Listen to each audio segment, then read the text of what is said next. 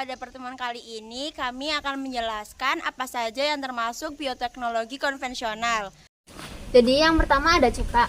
Pembuatan cuka terbuat dari memanfaatkan bakteri Acetobacter untuk fermentasi alkohol. Ada keju. Keju merupakan bahan makanan yang dihasilkan menggunakan bakteri Lactobacillus bulgaricus dan Streptococcus thermophilus. Bakteri ini akan menghasilkan enzim renin sehingga protein susu akan mengumpal dan memecah susu menjadi dadi dan padatan. Dan yang ketiga ada tempe. Pembuatan tempe dilakukan dengan teknik fermentasi, yaitu dengan cara menumbuhkan jamur Rhizopus oryzae dan Rhizopus oligosporus pada kedelai. Selama pertumbuhan, jamur akan menghasilkan filamen yang disebut hifa.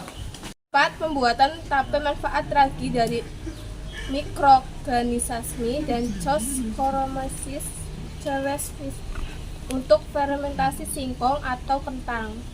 5. Yaitu yogurt. Yogurt terbuat dari susu yang difermentasi menggunakan bakteri Streptococcus thermophilus dan Lactobacillus bulgaricus. Bakteri ini akan mengubah laktosa menjadi asam laktat.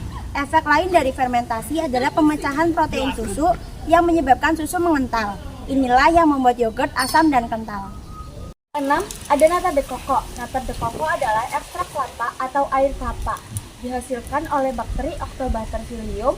Nata de coco terbuat dari air kelapa dengan massa putih halus yang terbentuk dari serat hemiselulosa yang terbentuk pada permukaan media cair tempat hidup bakteri Octobacter psyllium.